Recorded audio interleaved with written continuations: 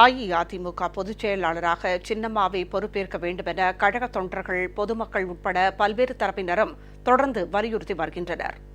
மாண்புமிகு அம்மா வழியில் கழகத்தை சின்னம்மாவே வழிநடத்த வேண்டுமெனவும் அவர்கள் கேட்டுக் கொண்டனர்.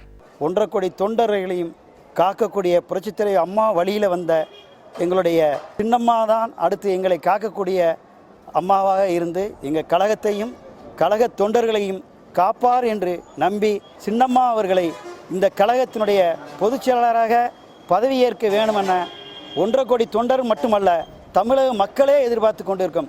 இந்த கழகத்தை கட்டி காப்பதற்கு மாண்புமிகு அம்மாவின் உடன்பிறப்பா சகோதரியான மாண்புமிகு சின்னம்மா அவர்கள் பொறுப்பேற்று இந்த கட்சியை வழி நடத்திட வேண்டும் என்று மதுரை மாவட்ட வழக்கறிஞர் அணி சார்பாக மிகவும் பணிவுடன் தெரிவித்துக் கொள்கின்றேன். தமிழ்நாடு மக்களும் 1.5 கோடி கட்சி நிர்வாகிகளும் மக்களும் சின்னம்மாவை கழக பொதுச் செயலாளராக வர வேண்டும் என்று